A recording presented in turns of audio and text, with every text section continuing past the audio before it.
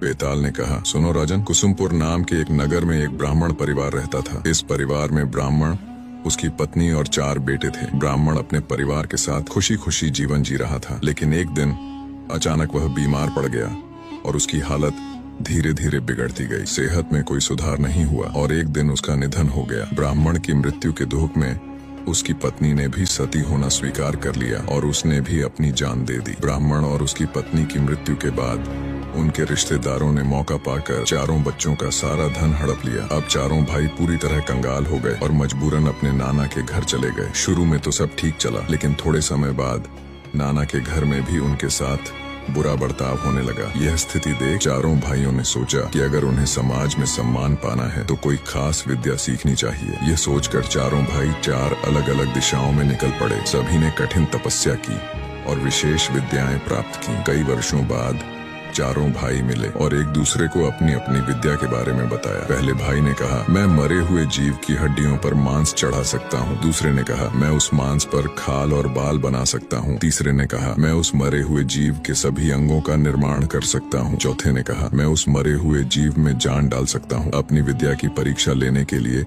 वे जंगल में गए, जहां उन्हें एक मरे हुए शेर की हड्डियां मिली। पहले भाई ने हड्डियों पर मांस चढ़ा दिया, दूसरे ने खाल और बाल बना दिए, तीसरे ने अंगों का निर्माण कर दिया और चौथे ने उसमें